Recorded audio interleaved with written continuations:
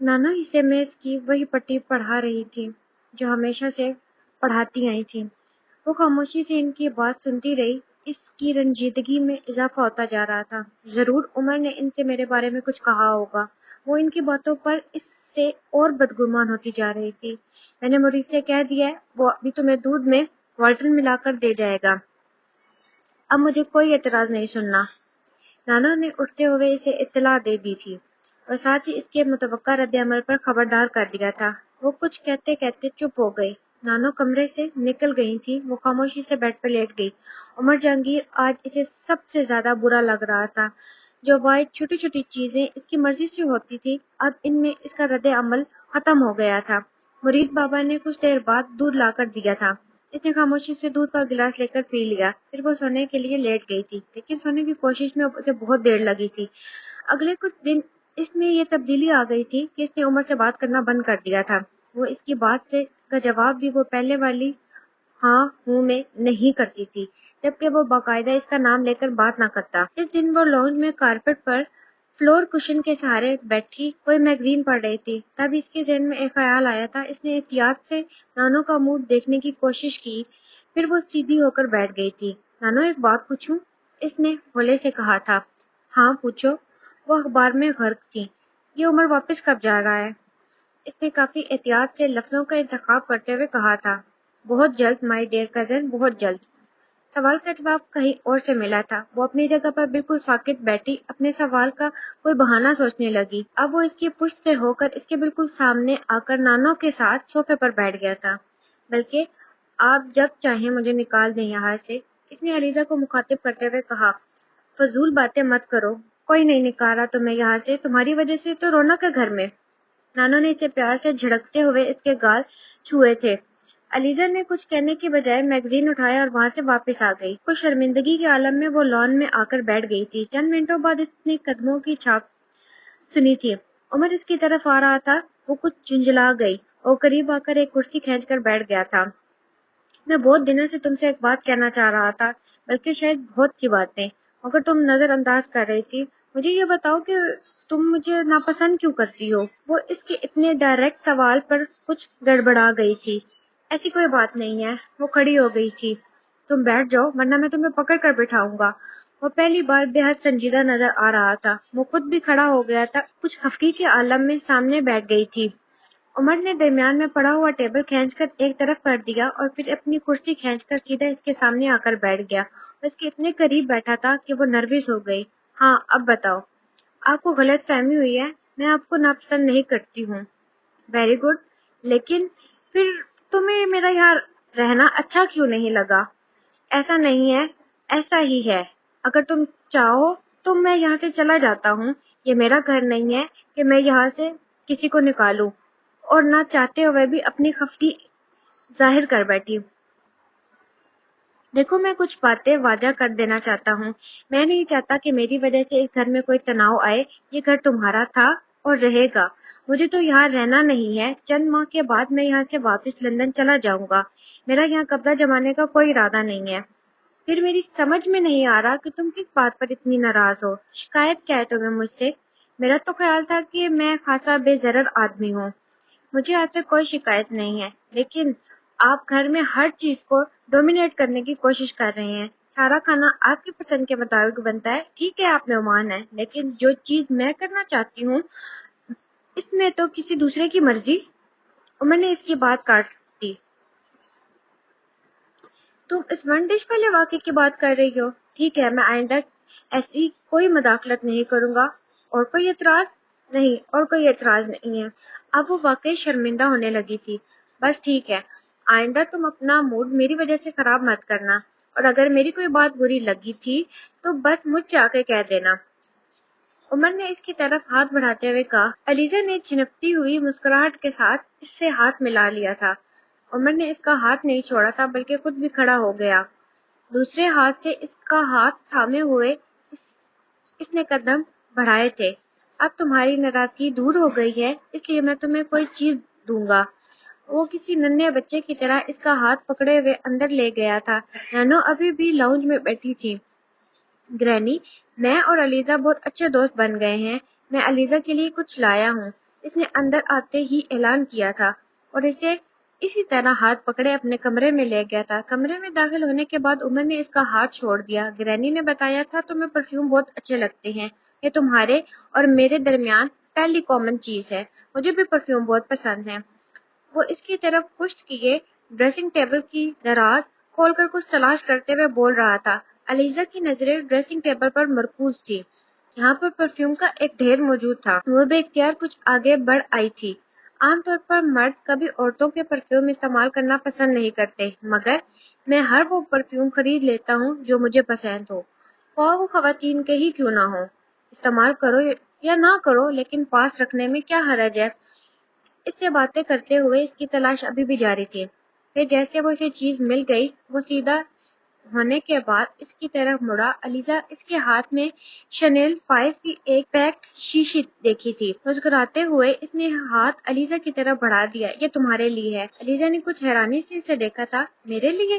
اس نے سوالیہ لہجے میں پوچھا۔ ہاں، دوستی کرنے کے لیے اس سے اچھا گفٹ تو کوئی نہیں ہو سکتا، اور میں اپنے فرینڈز کو ہمیشہ پرفیوم ہی گفٹ کرتا ہوں۔ وہ ہاتھ بڑھائے کہہ رہا تھا۔ علیزہ نے ایک بار پھر اس کے ہاتھ کو دیکھا اور پھر جھجک گئی۔ جسٹ ٹیک اٹ، عمر نے ایک بار پھر اس سے کہا تھا، مگر میں اس نے کہنے کی کوشش کی، مگر عمر نے اس کی بات کاٹ دی۔ اگر مگر کرنے کی ضرورت نہیں، بس یہ لے لو، اس نے بڑے مستحکم لہجے میں کہا تھا۔ کچھ جھجکتے ہوئے اس نے عمر کے ہاتھ سے پرفیوم پکڑ لیا۔ مجھے تو یہ نہیں پتا کہ تمہارا فیورٹ پرفیوم کون سا ہے، مگر مجھے بہت اچھا لگتا ہے اگر کوئی لڑکی یہ پرفیوم استعمال کرے۔ ویسے تمہیں کون سا پرفیوم پسند ہے؟ اس نے مسکراتے ہوئے پوچھا۔ مجھے وہ سارے پرفیوم پسند ہیں جو لڑکوں کے لیے ہوتے ہیں۔ اس کی اس بات پر عمر ایک دم کھلکھلا کر ہنس پڑا۔ گڈ، تمہارے اور میرے درمیان یہ دوسری کامن چیز ہے۔ پھر تو تمہیں شنیل 5 کے بجائے 212 مین دینا چاہیے تھا۔ نہیں، مجھے انفینٹی اور جوائے زیادہ پسند ہیں، علیزہ نے کچھ جھجکتے ہوئے کہا، اور مجھے بیبی ڈال اور رپلی۔ عمر نے اپنی پسند بتائی تھی۔ علیزہ کو یکدم اس میں دلچسپی پیدا ہو گئی۔ عمر اتنا برا نہیں ہے جتنا میں سمجھ رہی تھی، وہ اچھا ہے۔ اس نے فوراً نتیجہ اخذ کر لیا تھا۔ کیا میں یہ پرفیوم رکھ لوں؟ اس نے ہاتھ سے ڈریسنگ کی طرف اشارہ کیا۔ شور، وائی ناٹ؟ ہاں، کیوں نہیں، عمر نے دوستانہ انداز میں کہا اور ڈریسنگ ٹیبل کے سامنے سے ہٹ گیا تھا۔ وہ بڑے مستجز انداز میں ڈریسنگ ٹیبل کی طرف بڑھی۔ پرفیوم کا انبار دیکھ کر اس کی سمجھ میں نہیں آ رہا تھا کہ وہ کون سا پرفیوم پہلے اٹھا کر دیکھے۔ اس نے سب سے پہلے سب سے چھوٹی شیشی اٹھائی۔ وہ وائٹ لائنن تھا۔ وہ باری باری ہر شیشی اٹھا کر دیکھتی رہی۔ پرفیوم بالکل استعمال نہیں کیے گئے تھے۔ میں ہر ماہ کچھ اور خریدوں نہ خریدوں، لیکن پرفیوم ضرور خریدتا ہوں۔ اس کے بغیر میں زندہ نہیں رہ سکتا، وہ پاس کھڑا بتا رہا تھا۔ لیکن آپ پرفیوم زیادہ استعمال تو نہیں کرتے؟ علیزہ نے ایک پرفیوم ہاتھ میں لیتے ہوئے پوچھا تھا۔ دن میں نہیں لگاتا، رات میں لگاتا ہوں۔ علیزہ نے اس کے جواب پر کچھ حیرانی سے اسے دیکھا۔ سونے سے پہلے؟ وہ اس کی حیرانی کی وجہ جیسے جان گئی تھی۔ کیوں؟ وہ کچھ اور ہی الجھی تھی۔ دن کے وقت آپ اتنے بہت سے کاموں میں مصروف ہوتے ہیں کہ پرفیوم انجوائے نہیں کر سکتے۔ ہمارا دھیان دوسری چیزوں کی طرف ہوتا ہے۔ ہاں، رات کو آپ کسی بھی پرفیوم کی مہک کو بہت اچھی طرح انجوائے کر سکتے ہیں، کیونکہ آپ کسی بھی مہک کو اچھی طرح محسوس کر سکتے ہیں۔ اس وقت سینسز بہت شارپ ہوتی ہیں۔ علیزہ نے بہت توجہ سے اس کی فلسفی سنی۔ اب وہ اسے خود کچھ پرفیوم دکھا رہا تھا۔ پھر اس نے ایک چھوٹی سی بوتل اٹھائی۔ اس کی طرف وہ بوتل بڑھاتے ہوئے اس نے کہا کہ یہ اریگما ہے۔ اس ٹیبل پر سب سے قیمتی چیز، ایگزیکٹڈ ایسنس۔ یہ پاپا نے گفٹ کیا تھا، ورنہ میں اسے افورڈ نہیں کر سکتا تھا۔ بہت احتیاط سے میں اسے استعمال کرتا ہوں تاکہ یہ جلدی ختم نہ ہو۔ علیزہ کی توجہ اس شیشی پر مرکوز تھی۔ اسے ہاتھ میں لے کر اس نے خوشبو کو محسوس کرنے کی کوشش کی۔ سانس اندر کھینچتے ہی اس نے اپنے اندر ایک عجیب سی تازگی محسوس کی۔ ایکزوٹک، علیزہ نے بے اختیار کہا تھا۔ اس کے ریمارکس پر عمر کی آنکھوں کی چمک بڑھ گئی تھی۔ علیزہ نے ایک دو بار سننے کے بعد اس چھوٹی سی شیشی کو بند کرنے کی کوشش کی۔ وہ نہیں جانتی کیا ہوا تھا، مگر شیشی ایک دم سے اس کے ہاتھوں سے نکل گئی تھی۔ اس کے ہاتھ میں صرف ڈھکن رہ گیا۔ اس ثانیے میں شیشی ڈریسنگ ٹیبل پر گری اور پھر وہاں سے اچھل کر نیچے کارپیٹ پر گری۔ علیزہ نے بے اختیار اسے پکڑنے کی کوشش کی، مگر اس کی کوشش کامیاب نہیں ہوئی۔ کمرہ یکدم تیز خوشبو سے بھر گیا تھا۔ علیزہ نے مایوسی سے شیشی اٹھا لی تھی۔ اس میں صرف چند قطرے باقی تھے۔ اس نے شرمندگی سے عمر کو سر اٹھا کر دیکھا، پتہ نہیں کیسے، اس کو سمجھ میں نہیں آ رہا وہ بات کیسے مکمل کرے۔ وہ چند لمحے خاموشی سے اسے چہرہ دیکھتا رہا اور پھر اس نے سکون سے ہاتھ بڑھا کر اسے شیشی اور ڈھکن لے لیا تھا۔ اٹس آل رائٹ، یہ قیمتی تھا مگر میرا فیورٹ نہیں۔ علیزہ نے اس کی بات پر ایک دم اضطراب کا شکار ہو گئی۔ آئی ایم سوری، میری وجہ سے۔ اس نے کچھ کہنے کی کوشش کی تھی مگر عمر کی حرکت نے اسے ہکا بکا کر دیا۔ اس نے ڈریسنگ ٹیبل سے اس نے ایک اور پرفیوم اٹھایا اور دیوار پر کھینچ مارا۔ شیشی ٹوٹتے ہی کمرے میں ایک بار پھر تیز خوشبو سے بھر گیا۔ چیزیں ٹوٹنے کے لیے ہی ہوتی ہیں اور بعض دفعہ تو چیزیں توڑنے میں مزہ آتا ہے نا علیزہ؟ آؤ ایک ایک پرفیوم اور توڑیں۔ اس نے پرسکون انداز میں کہتے ہوئے ڈریسنگ ٹیبل سے 2 پرفیوم اٹھا لیے اور ایک اس کی طرف بڑھا دیا۔ وہ جیسے کرنٹ کھا کر پیچھے ہٹ گئی تھی۔ اس کا چہرہ سرخ ہو گیا تھا۔ آپ بہت عجیب ہیں، اس نے کچھ بے چین ہو کر عمر سے کہا تھا۔ اس کو میں کیا سمجھوں، کمپلین یا کمنٹ؟ عمر کا اطمینان برقرار تھا، وہ یکدم بہت الجھ گئی تھی۔ عمر نے دونوں پرفیوم ایک بار پھر ڈریسنگ ٹیبل پر رکھ دیے اور پھر ایک اور پرفیوم اٹھا کر اس کی طرف بڑھایا۔ ایکسٹیسی، یہ میں تب لگاتا ہوں جب خود کو بہت اکیلا محسوس کرتا ہوں۔ اس نے سلسلہ وہیں سے جوڑنے کی کوشش کی جہاں سے ٹوٹا تھا۔ علیزہ نے ہاتھ نہیں بڑھایا۔ اب وہ اس کمرے سے بھاگ جانا چاہتی تھی۔ وہاں اس کی ساری دلچسپی یکدم ختم ہو گئی تھی۔ یہ پرفیوم نہیں دیکھنا چاہتی؟ عمر نے بڑے دوستانہ انداز میں پوچھا۔ علیزہ نے نفی میں سر ہلا دیا۔ عمر نے اس کی آنکھوں میں ابھرتی ہوئی نمی کو دیکھ لیا تھا۔ وہ کمال مہارت سے نظر انداز بھی کر دیا کرتا تھا۔ شنیل 5 کی بوتل اٹھا کر اس نے ڈھکن اتارا تھا اور پھر بڑے آرام سے علیزہ کے بالوں پر اس نے سپرے کرنا شروع کر دیا تھا۔ وہ بے اختیار ایک قدم پیچھے ہٹ گئی تھی اور اسے اپنی گردن اور بالوں پر نمی محسوس ہوئی۔ یہ پرفیوم دنیا کی سب سے اچھی اور پریشیس لڑکیوں کے لیے ہوتا ہے اور علیزہ، میرا خیال ہے تم ان لڑکیوں میں شامل ہو۔ اس نے سائفن کو پریس کرنا چھوڑ دیا۔ ڈھکن بند کرتے ہوئے اس نے ایک بار پھر پرفیوم ٹیبل پر رکھ دیا۔ علیزہ کو سمجھ میں نہیں آیا کہ وہ کس قسم کا رد عمل ظاہر کرے۔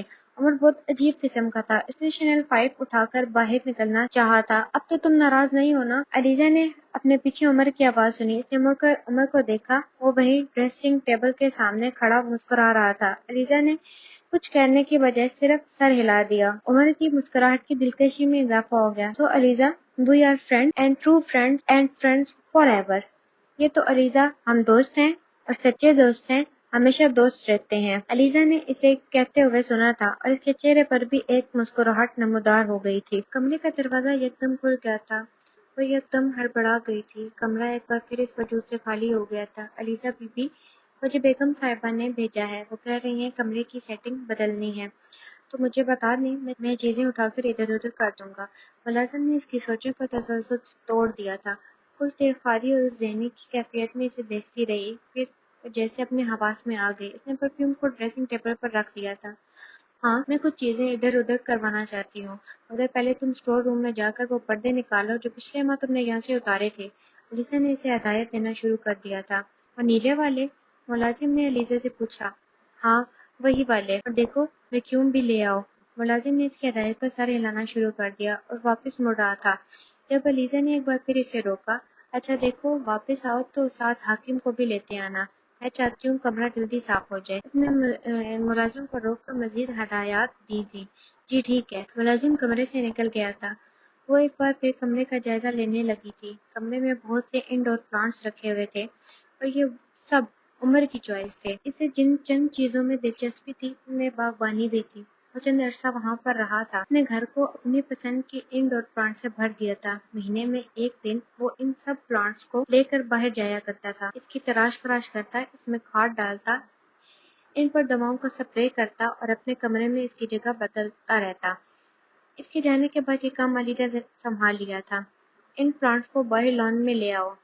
ملازم جب پردے لے کر آیا تھا تو علیزہ نے ایک نئی ذمہ داری سونپ دی تھی۔ وہ خود بھی کمرے سے باہر نکل آئی تھی۔ ملازم باری باری سارے پلانٹس باہر لے آیا۔ علیزہ نے پودوں کو دیکھنا شروع کر دیا۔ اس نے اس کی کٹنگ شروع کر دی۔ وہ منی پلانٹس کو دیکھ رہی تھی۔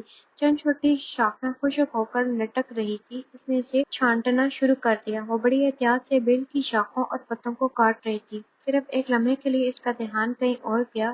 خشک شاخ کے ساتھ ایک ہری بھری شاخ بھی کٹ گئی تھی۔ وہ یکدم ساکت ہو گئی تھی۔ کوئی بات نہیں، ایسا ہو جاتا ہے، تم دیکھنا اب یہ بہت تیزی سے بڑھے گا اور پہلے سے زیادہ خوبصورت ہو جائے گا۔ مجھ سے بھی جب بھی کوئی پلانٹ اس طرح کرتا ہے پھر وہ پہلے سے بہت اچھا ہو جاتا ہے۔ باب نمبر 4۔ وہ پرفیوم اپنے کمرے میں رکھ کر لاؤنج میں آ گئی تھی اور پہلے ہی نانو کے پاس موجود تھا۔ نانو اسے دیکھ کر مسکرانے لگی۔ عمر نے کون سا گفٹ دیا ہے تمہیں؟ وہ مدھم سی مسکراہٹ کے ساتھ ایک کے پاس صوفے پر بیٹھ گئی تھی۔ انہوں نے آپ کو بتایا نہیں؟ اس نے عمر کی طرف دیکھتے ہوئے کہا جو دلچسپی سے اسے دیکھ رہا تھا۔ نہیں، وہ کہہ رہا تھا کہ یہ ایک سیکرٹ ہے مگر علیزہ آپ کو بتا سکتی ہے۔ نانو نے بتایا تھا۔ علیزہ نے ایک بار پھر اسے دیکھا تھا۔ اس نے آہستہ آواز میں بتایا تھا۔ کون سا پرفیوم؟ نانو کو تجسس ہوا۔ شنیل 5۔ تمہارا فیورٹ پرفیوم؟ کیوں عمر؟ تمہیں کیسے پتا چلا کہ علیزہ کو پرفیوم سب سے زیادہ پسند ہے؟ نانو نے عمر سے پوچھا۔ عمر نے اسے دیکھا تھا۔ وہ نظریں چرا گئی تھی۔ ہمیں ہر چیز کا پتا ہوتا ہے، اس نے ایک جملے میں جواب دیا۔ اگلی بار میں علیزہ کو جوائے دوں گا۔ اس کے بعد انٹرنیٹی چند لمحوں کے بعد اس نے اپنا پروگرام بتایا تھا۔ علیزہ نے اسے غور سے دیکھا۔ وہ نانو کو دیکھ رہا تھا، اس کی طرف متوجہ نہیں تھا۔ اس نے اندازہ لگانے کی کوشش کی کیا ہے اور وہ آگے نہیں سوچ سکی تھی۔ نانو نے اسے مخاطب کیا تھا۔ دیکھ لو علیزہ، عمر نے کتنی لمبی پلاننگ کر لی ہے، تمہیں بھی اسے کچھ دینا چاہیے۔ وہ نانا کی طرف متوجہ ہوگی۔ مجھے کیا دینا چاہیے؟ اس نے الجھتے ہوئے انداز میں نانا سے پوچھا۔ بھئی یہ تو تمہیں سوچنا چاہیے۔ انہوں نے اپنا دامن چھڑا لیا تھا۔ گفٹ ہمیشہ بڑوں سے لیتے ہیں، چھوٹوں سے نہیں، اور علیزہ مجھ سے چھوٹی ہے۔ عمر نے بڑی مہارت سے بات پلٹی تھی۔ ہاں، مجھے اگر کوئی گفٹ دینا ہی چاہے تو گرینی آپ ہی دے دیں کیونکہ آپ مجھ سے بڑی ہیں۔ کیا گفٹ چاہیے؟ نانا کو بھی یکدم دلچسپی محسوس ہوئی۔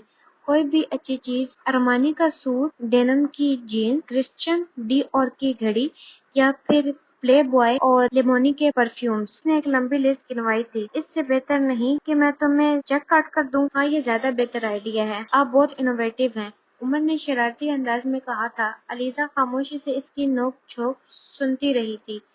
نانا بہت سنجیدہ مزاج تھی، وہ بہت زیادہ نہیں بولتی تھی، مگر جب سے عمر آیا تھا سب کچھ بدل گیا تھا۔ وہ اکثر کہہ لگانے لگی تھی۔ عمر بہت باتونی تھا، وہ ہر وقت کوئی نہ کوئی بات ضرور کر دیتا تھا جو ان کو کہہ لگانے پر مجبور کر دیتی تھی۔ نانو عام دنوں میں صرف ضرورت کے وقت ہی بولتی تھی، لیکن جن دنوں ان کے بچوں میں سے کوئی ان کے پاس رہنے آتا تو پھر ان دنوں وہ بہت خوش پھرا کرتی تھی۔ عمر کی آمد تو جیسے اس خوشی کو دوبالا کر دیا تھا۔ کسی اور کے آنے پر نانو اور نانا میں اتنی تبدیلیاں کبھی نہیں آئی تھی جتنی عمر کے آنے آ گئی تھی۔ نانو اب عمر کی باتوں پر بے تحاشا ہنس رہی تھی۔ وہ انہیں اپنے کسی دوست کا قصہ سنا رہا تھا۔ علیزہ کا دھیان کہیں اور ہی تھا۔ کیا میری کسی بات پر نانو اس طرح ہنس سکتی ہے؟ اس نے سوچنے کی کوشش کی اور محسوس انداز میں سر کو جھکا دیا۔ نہیں، میری کسی بات پر تو یہ کبھی اس طرح سے نہیں ہنستی، بلکہ یہ تو مجھے بھی یہی کہتی ہیں کہ میں بھی بلند آواز میں نہ ہنسوں۔ اس نے سوچا تھا کیا میں کبھی عمر کی طرح؟ ایک بار پھر اس نے سوچنے کی کوشش کی۔ ایک بار پھر اس کے خیالات کا سلسلہ ٹوٹ گیا تھا۔ علیزہ، تمہارے کتنے فرینڈز ہیں؟ عمر نے اس سے پوچھا۔ کتنے؟ وہ اس کے سوال میں کچھ حیران ہوئی تھی۔ چند لمحے تک اس نے کچھ جواب نہیں دیا۔ جلدی گنتی کرو اور مجھے بتاؤ۔ عمر نے اس کی خاموشی سے خود ہی نتیجہ اخذ کیا۔ کیا گنتی کروں؟ وہ کچھ اور حیران ہوئی تھی۔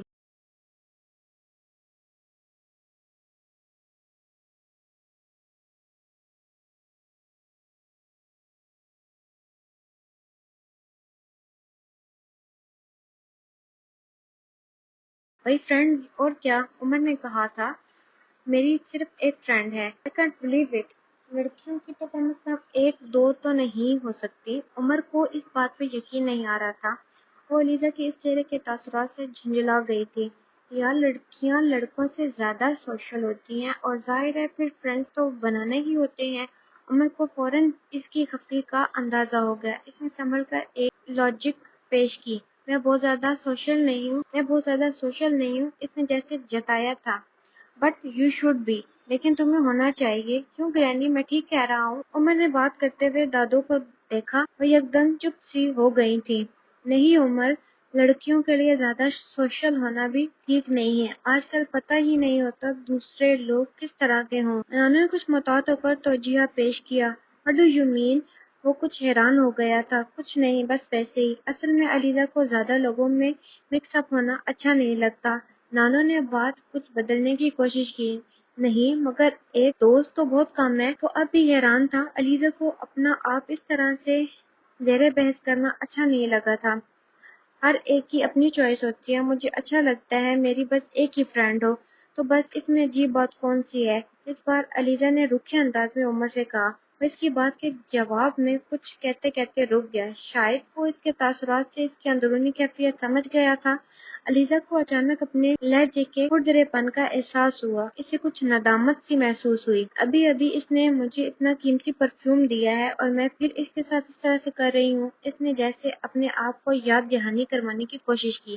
میری فرینڈ بہت اچھی ہے، وہ اسکول سے میری فرینڈ ہے، اس کے علاوہ اور کوئی مجھے اچھا نہیں لگا، بس اسی لیے یہی ایک فرینڈ ہے۔ اس نے جیسے عمر کی تشبیہ کرنے کی کوشش کی۔ کیا آپ کے بہت سے فرینڈز ہیں؟ اس نے صرف موضوع بدلنے کے لیے پوچھا۔ ہاں میرے بہت سے فرینڈز ہیں، مجھے فرینڈز بنانا بہت اچھا لگتا ہے، جیسے آج میں نے تم کو اپنا فرینڈ بنا لیا۔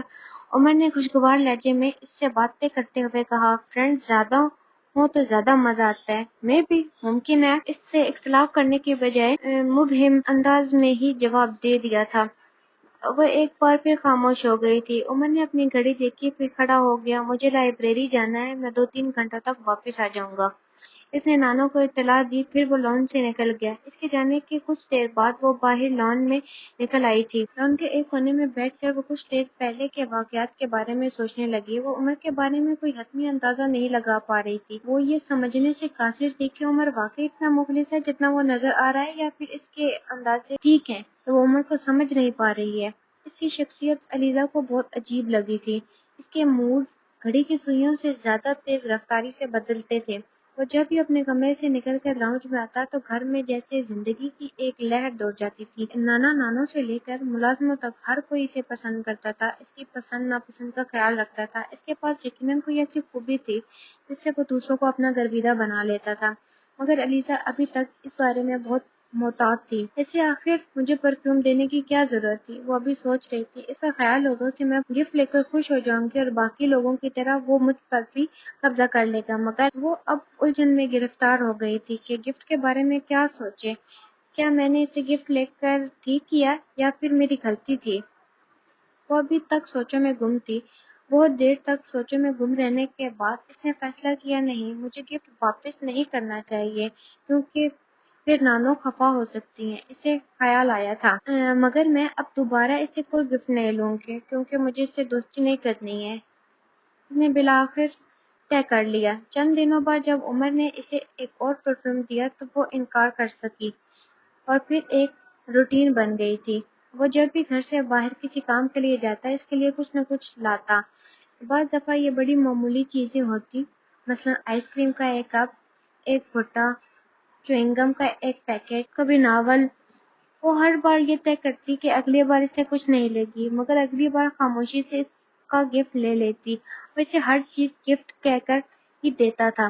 علیزہ، میں تمہارے لیے ایک گفٹ لایا ہوں، آئی سویئر، میں قسم کھا کر کہتا ہوں ایسا گفٹ تمہیں پہلے کبھی کسی نے نہیں دیا ہوگا، بلکہ تمہیں کیا کسی نے بھی کسی کو نہیں دیا گا۔ وہ باہر سے آنے پر کہتا اور وہ کاغذ میں لپٹا ہوا ایک عدد بھٹا اس کی طرف بڑھا دیتا۔ علیزہ، آج میں تمہارے لیے دنیا کی سب سے خاص چیز لے کر آیا ہوں۔ یہ چیز بہت ہی خاص لوگوں کو دی جاتی ہے۔ اگلی بار اس کے الفاظ کچھ اور ہوتے۔ علیزہ ایک بار پھر دلچسپی لینے پر مجبور ہو جاتی۔ وہ اپنی جیب میں ہاتھ ڈالتا، کٹ کیٹ کا ایک پیکٹ اسے تھماتا۔ آج میں تمہیں دنیا کی سب سے خطرناک اور پر اثر چیز دوں گا۔ علیزہ ایک بار پھر اندازے لگانے میں مصروف ہو جاتی۔ وہ 50-30 روپے کا ایک بال پین اسے ایک مسکراہٹ کے ساتھ پیش کرتا۔ اس بار میں تمہیں ایک ایسا گفٹ دوں گا جو تمام عمر تمہارے ساتھ رہے گا اور تم ساری عمر اس کا استعمال کرتی رہو گی۔ علیزہ پھر بوجھنے میں ناکام رہتی اور اس کے سامنے ایک کتاب پیش کر دی جاتی۔ اس بار میرا گفٹ سب سے یونیک ہے، یہ تمہیں فٹ اور سمارٹ رکھے گا، تم کو کبھی بھی ڈرائنگ کرنا نہیں پڑے گی۔ چوئنگم کا ایک پیکٹ اس کے سامنے رکھ کر فرماتا، بس تم ہر بار بھوک لگنے پر اس کو منہ میں ڈال لینا۔ وہ مزے سے کہہ کر چلا جاتا۔ بعض دفعہ اسے ہنسی آ جاتی اور بعض دفعہ وہ الجھ جاتی، بعض دفعہ اسے غصہ آتا اور بعض دفعہ وہ عمر کے بارے میں سوچ میں پڑ جاتی۔ ایک دن وہ مارکیٹ سے واپسی پر اپنے ساتھ کچھ پلانٹ لے کر آیا۔ دیکھو علیزہ، یہ پلانٹس کیسے ہیں؟ وہ ان پودوں کو علیزہ کو دکھا رہا تھا۔ آج کل وہ ہر بات میں علیزہ کی رائے لینا ضروری سمجھتا تھا۔ میں قذافی اسٹیڈیم کے پاس سے گزر رہا تھا، وہیں سے انہیں لایا ہوں۔ اچھے ہیں؟ علیزہ نے ایک نظر ان پلانٹس کو دیکھا اور پھر انہیں دیکھتے ہوئے بڑے عام سے انداز میں تبصرہ کیا تھا۔ وہ کچھ مایوس ہو گیا تھا۔ صرف اچھے ہیں؟ علیزہ نے کبھی الجھی ہوئی نظروں سے اسے دیکھا تھا۔ تو پھر مجھے کیا کہنا چاہیے؟ اپنی رائے دو کہ اچھے ہیں تو کیوں اچھے ہیں، برے ہیں تو کیوں برے ہیں؟ عمر نے اسے سمجھایا، میں پلانٹس کے بارے میں کچھ نہیں جانتی، اس لیے صحیح رائے دینا تو بہت مشکل ہے۔ آپ کو نانو سے پوچھنا چاہیے، آپ کو زیادہ بہتر طریقے سے بتا سکتی ہیں کہ یہ پلانٹس کیسے ہیں۔ اس نے عمر سے کہا، میں حیران ہوں، تمہیں گارڈننگ سے کوئی دلچسپی نہیں ہے؟ اس کا مطلب تو یہ ہے کہ تمہیں نیچر سے کوئی دلچسپی نہیں ہے۔ نہیں، ایسا نہیں ہے، مجھے نیچر تو اٹریکٹ کرتی ہے، گارڈننگ نہیں۔ اس نے جیسے قطعی طور پر اسے بتایا تھا۔ یہ پلانٹس کہاں سے لائے ہو؟ نانو اسی وقت لاؤنج میں آئی تھی، قذافی اسٹیڈیم سے۔ آپ بتائیں کیسے ہیں؟ اس نے فوراً نانو سے رائے لینے کی کوشش کی تھی۔ اچھے ہیں، بہت اچھے ہیں، مگر قیمت کیا ہے ان کی؟ نانو نے فوراً تعریف کی تھی، مگر ساتھ ہی سوال بھی داغ دیا تھا۔ عمر نے انڈور پلانٹس کی قیمت بتائی، تمہیں زیادہ مہنگے دے دیے ہیں۔ ان لوگوں نے، ان کو پتہ چل گیا ہوگا کہ تم بہت دیر کے بعد یہاں ہو، اس لیے انہوں نے تم سے دگنی قیمت وصول کی ہے۔ نانو نے قدرے افسوس سے کہا، یہ کون سی نئی بات ہے گرینی؟ ایسا پہلی بار نہیں ہوا، یہ یہاں کا کلچر ہے۔ وہ کہتے ہیں میں hay while the sun shine. اس نے بہت عجیب سے لہجے میں کہا۔ علیزہ نے کچھ چونک کر اسے دیکھا، اب وہ بھی بول رہا تھا۔ علیزہ نے کچھ چونک کر اسے دیکھا، وہ اب بھی بول رہا تھا، یہاں سب کچھ بہت خراب ہے۔ جو 100 روپے کی کرپشن کر سکتا ہے وہ 100 روپے کی کرپشن کرتا ہے، اور جو 200 روپے کی کرپشن کر سکتا ہے وہ 200 روپے کی کرپشن کرتا ہے۔ لیکن ان سب چیزوں سے آپ بہت کچھ سیکھتے ہیں۔ 1 روپے کی چیز 10 روپے میں خرید کر کم از کم یہ تو پتہ چل جاتا ہے کہ دوسرا اپنے فائدے کے لیے کس حد تک جا سکتا ہے۔ وہ پہلی بار اس طرح باتیں کر رہا تھا، ورنہ پہلے علیزہ نے ہمیشہ صرف ٹوٹی سڑکوں اور ٹریفک جیم کے بارے میں ہی بولتے سنا تھا۔ تم جوائن کرو گے نا سول سروس، تو پھر تم چینج لانا ان چیزوں میں جن پر تمہیں اعتراض ہے، نانو نے ان سے کہا تھا۔ وہ ایک دم کھلکھلا کر ہنسنے لگا۔ آپ بھی بہت عجیب باتیں کرتی ہیں گرینی، آپ کا کیا خیال ہے؟ میں سول سروس یہ سب ٹھیک کرنے کے لیے جوائن کر رہا ہوں، مجھے سوشل ورک کا کوئی شوق نہیں ہے، اور ویسے بھی ایک آدمی کوئی تبدیلی نہیں لا سکتا، میں بدلنا چاہوں تو بھی نہیں بدل سکتا۔ یہاں ہر چیز اتنی روٹن اور رسٹڈ ہے کہ جب تک اگر آپ ایک چیز ٹھیک کریں گے تو پہلے والی اس حالت میں آ جاتی ہے۔ ویسے گرینی، آپ نے کبھی اپنے بیٹوں کو کیوں نہیں کہا؟ آپ کے تو سارے بیٹے سول سروس میں ہیں، ریفارم کرنا خاصا مشکل کام ہے، مگر مجھ سے پہلے کی جنریشن یہ کام آسانی سے کر سکتی تھی، تب لوگ اتنے بگڑے ہوئے نہیں تھے، انہیں کنٹرول کرنا بہت آسان تھا۔ اب وہ سنجیدہ ہو گیا تھا۔ جب تمہارے پاپا اور انکل نے سول سروس جوائن کی تھی تو میں نے انہیں بھی بہت نصیحتیں کی تھیں، صرف میں نے ہی نہیں بلکہ تمہارے دادا نے بھی۔ میں آج تک حیران ہوں کہ وہ چاروں ان ساری نصیحتوں کو کیسے بھول گئے۔ مجھے نہیں پتا ان چاروں کی زندگی میں کیا چاہیے تھا۔ میں نے اور معاذ نے انہیں دنیا کی ہر چیز دی تھی، ہمارے پاس وہ سب کچھ تھا جو ایک خوشحال زندگی گزارنے کے لیے کافی تھا۔ میرا خیال تھا کہ ان چاروں کو ان چیزوں کے پیچھے بھاگنے کی ضرورت نہیں ہے، مگر میرا خیال غلط تھا۔ ان چاروں کو اپنی زندگی میں ہر چیز کی ایک تعداد میں نہیں بلکہ درجنوں کی تعداد میں چاہیے تھی۔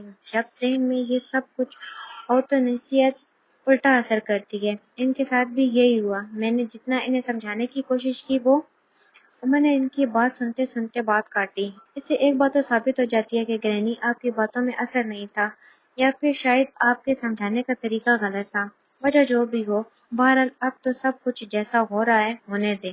چیزوں کو اب بدلنا ناممکن ہے، اور ناممکن کام کرنے کے لیے جن لوگوں کی ضرورت ہوتی ہے ویسے لوگ ہماری قوم میں نہیں ہیں۔ میں تو فورن سروس جوائن کرنے کے بعد ڈیڈی کی طرح عیش کرنا چاہتا ہوں، ویسی زندگی گزارنا چاہتا ہوں جیسی وہ گزار رہے ہیں۔ دیکھیں بات کہاں سے کہاں چلے گئی۔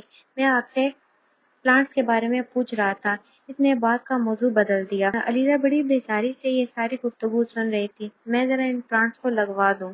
گرینی، آپ چلیں گی میرے ساتھ باہر لان میں؟ اس نے دادا کو انوائٹ کیا تھا۔ نہیں بھائی، مجھے باہر نہیں جانا، کچھ کام کرنے ہیں مجھے، تو میں خود ہی مالی کے ساتھ جا کر یہ پلانٹ لگوا لوں۔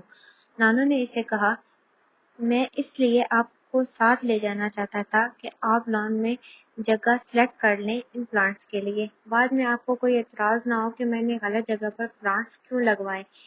نہیں، مالی اچھا ہے، وہ تمہیں بتا دے گا کہ کہاں ٹھیک رہیں گے اور کہاں نہیں۔ تمہیں اس بارے میں فکر مند ہونے کی ضرورت نہیں ہے۔ ویسے تو تم جہاں بھی پلانٹس لگاؤ گے مجھے برا نہیں لگے گا، کیونکہ وہ تمہارے لگوائے ہوئے پلانٹس ہوں گے۔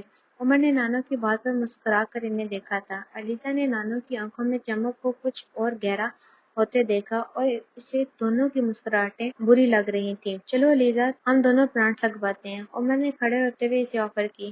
میں نے آپ کو بھی بتایا ہے کہ مجھے گارڈننگ سے کوئی دلچسپی نہیں ہے، تو پھر آپ مجھے ساتھ لے کر جا کر کیا کریں گے؟ علیزہ نے سنجیدہ سے اس سے کہا۔